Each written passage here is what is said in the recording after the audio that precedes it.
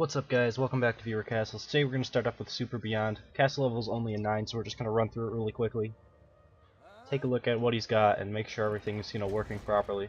Nice username. How long did it take you to come up with that one? Alright, so in general you should always lead with your Snotters. Don't have them behind units. The Snotters really, like every 1-point unit is kind of worthless in the game, and the only real purpose behind them are like to start the aggro, right? You want to make it so that the person can't just like stun lock your first group, like your first creature, like a Cyclops there. Because if I use Lashing Flames and then use like a punch or something, it'll make it so that the Cyclops won't do any damage to me whatsoever. Alright, so this is a good pull through the wall. I think instead of having 3 1-point units, you should put in a Bone Puppeteer here. It's better support for Pete Poundmore. This one's pretty good. This is a pretty standard group.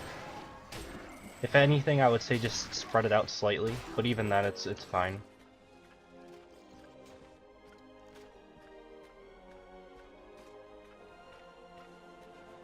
Okay, is this a dead end?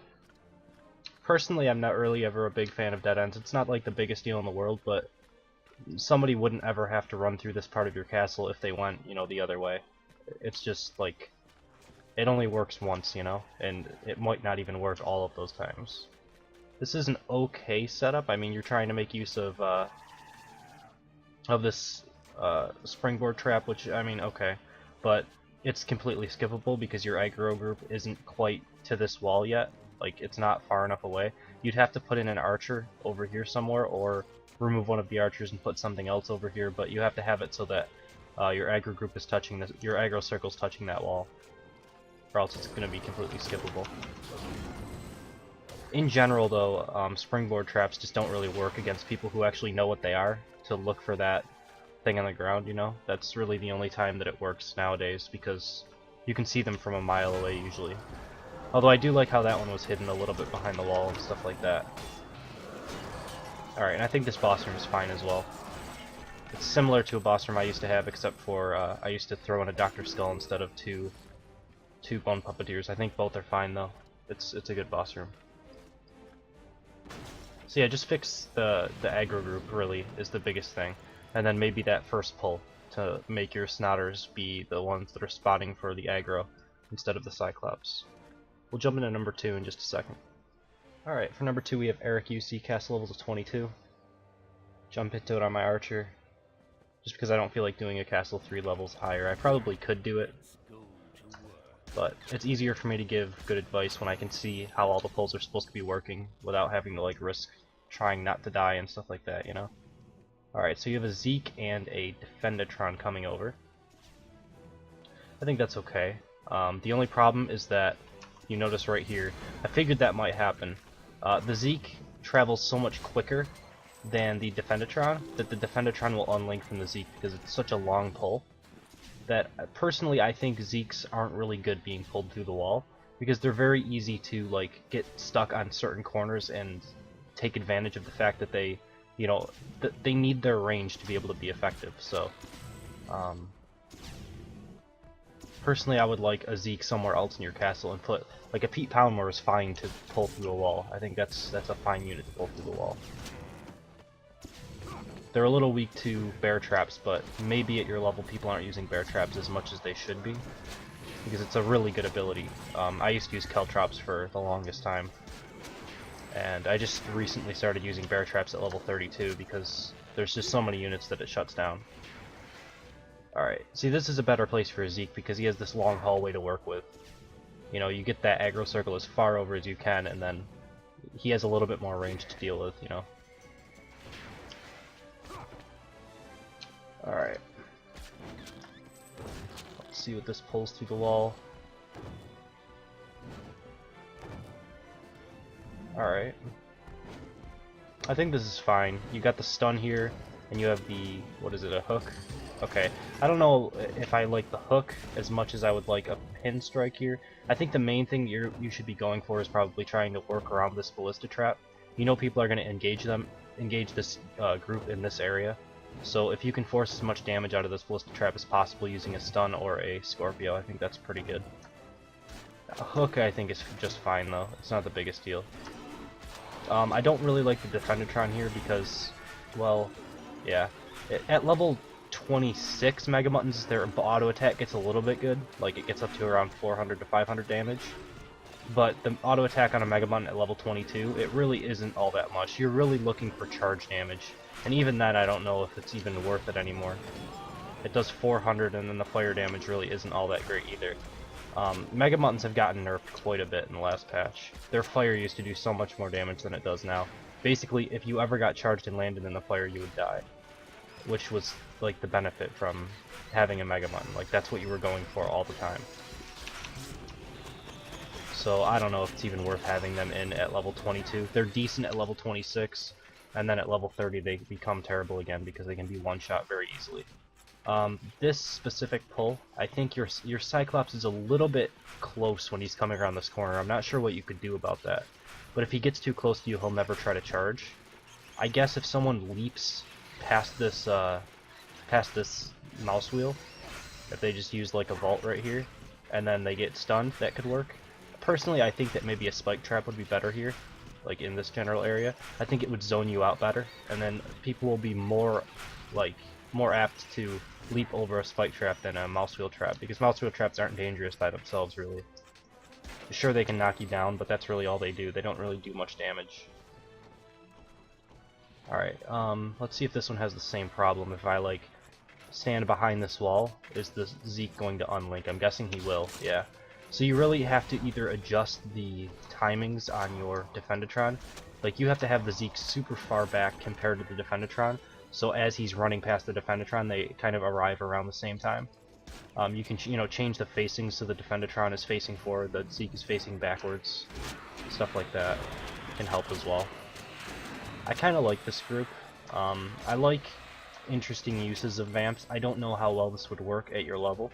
I'm not sure if, archers are going to be able to one-shot volley this very easily, because with all of the changes to hit points and all of that sort of thing, I'm not as familiar with like level 20 to 24 defenses as I used to be.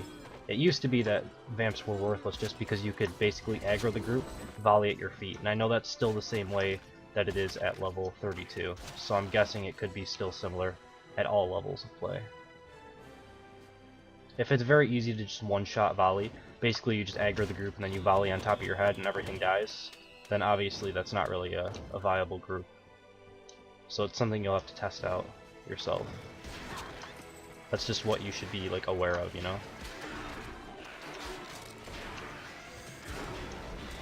can just kind of aggro as many Vamps as like humanly possible and they'll just die in a volley.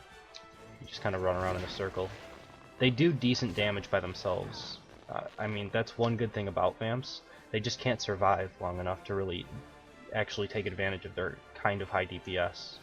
For a 3-point unit, like, it's reasonable. Alright. This group is more of a time waster. I mean, I'm indifferent about it, it's okay. The thing is, once you start getting close to this, like a Cyclops with charge doesn't really do any damage, and obviously the Robo Shieldatron isn't there for damage, so once you get close to the group itself, the Cyclops will never charge you just because that's how its AI is. It's not like a huge deal, it's just how it behaves though.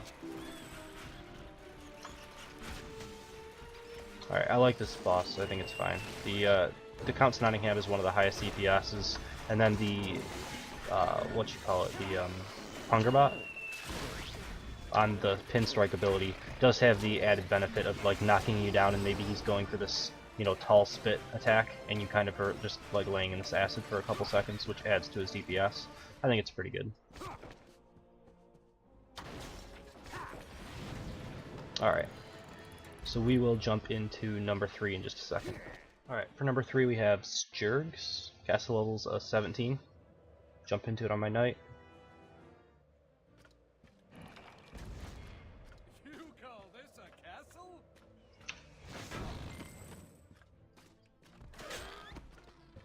Alright. So T-Junction Room, I'm not sure if that first pull was actually a pull through the wall or if it was a fake. It was a pull, okay. Let's see what specializations Puppeteer's on. Looks like heal. I think this is fine. It's a pretty standard group overall. The only thing is I think you have to have it so that you can actually skip like part of this. Like I'm sure that probably your castle, now that I'm seeing this, your castle probably goes off to the left hand side here. But Pete Palmores are 16 and Puppeteers are 3. So what I'm a little bit concerned about is that maybe one of these would be skippable if you skip the Snotters themselves. Like, I could actually test it really quickly right now if I really wanted to. I could restart your castle just to test it. But basically, I think if I hug this wall, I can engage this group here, the Pete Poundmore and the Puppeteer, and then I can keep coming up on this wall right here, engage this group, without engaging that Snotter, and I think I can skip this group with the Hungerbout right here. That comes around this side. I'm not sure if I'm correct, but I think so. Because I think I only saw one Snotter being pulled here. You could fix it pretty easily by changing this group specifically around, making it so that it has 2 Snotters coming across, like here. But alright, we'll just continue.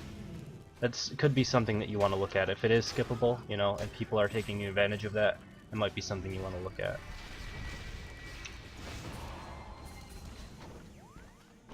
Alright, I can just go behind this wall. I do like the trap placement here.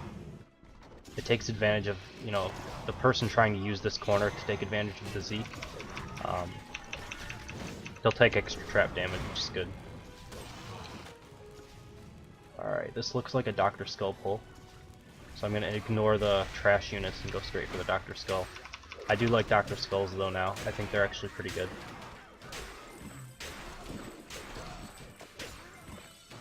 I don't think they're so good where you should have a ton of them in your castle, because it gets predictable, and if you engage them like this, where you just straight up go for the Dr. Skull, especially when he doesn't have a Defendatron on him, it makes it really easy to, you know, dispatch the group as a whole. I'm trying to figure out which way your castle goes. Looks like it might go up this way, which I think is kind of a little bit of a waste of this room if it does go up this way. Just because this room is so long if you make it go around this corner. But let's see, because it might have just been a weird, like, 4 Snotter. Yeah, I think that is the case. Okay, so this room is completely skippable, and those 4 Snotters are, which isn't the biggest deal in the world. I mean, if you want to have a room in your castle that is kind of just a maze to try to get through, I think that's okay. Timers really shouldn't be a main concern, but if you are going for a time-wasting castle, you kind of want to make it so that people have to travel through every room of your castle, because it adds a couple seconds.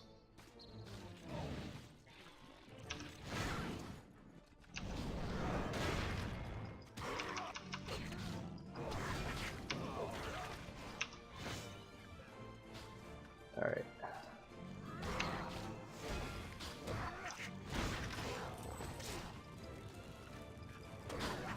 Alright, so the Jimbo group is pretty standard. The only difference is you have a smelly archer instead of the normal Defendatron combo.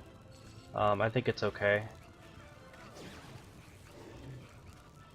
But I would be a little bit worried about archers. Just because archers can shut down Jimbos kind of easily anyway, but if they're able to just get off a straight headshot to the Jimbo, it makes it like it'll chunk them down to half health or something. Whereas usually they have to waste their headshot on the Defendatron, and then the Jimbo survives for a little bit longer while the cooldown's still going. But either way, like if they take bear traps, they probably won't take much damage at all from the Jimbo. It's kind of more an anti-knight unit than anything else. And even knights can stun lock them if they play well. I'm not the best knight, to be honest.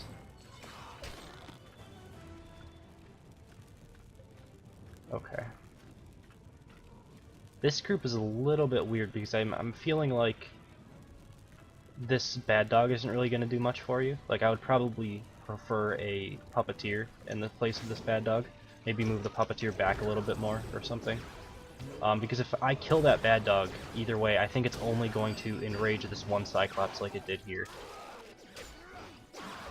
The best circumstance is if they kill it right where it's standing, it might get the Stairmaster, one Stairmaster and one Cyclops, but I don't think really even that is worthwhile. Like, I think a puppeteer would be better in almost every circumstance. Alright, and then there's Dur. He got me. Because I wasn't really ready for a Dur off to the side like that. But I think this is a fine boss, especially at your level. I think he's almost due for an upgrade though. If I remember correctly, your castle was like level 19? I don't remember. 17? It was 17. Okay, then he's not really due for an upgrade, and it looks like Dur's still— oh yeah, because Dur revives.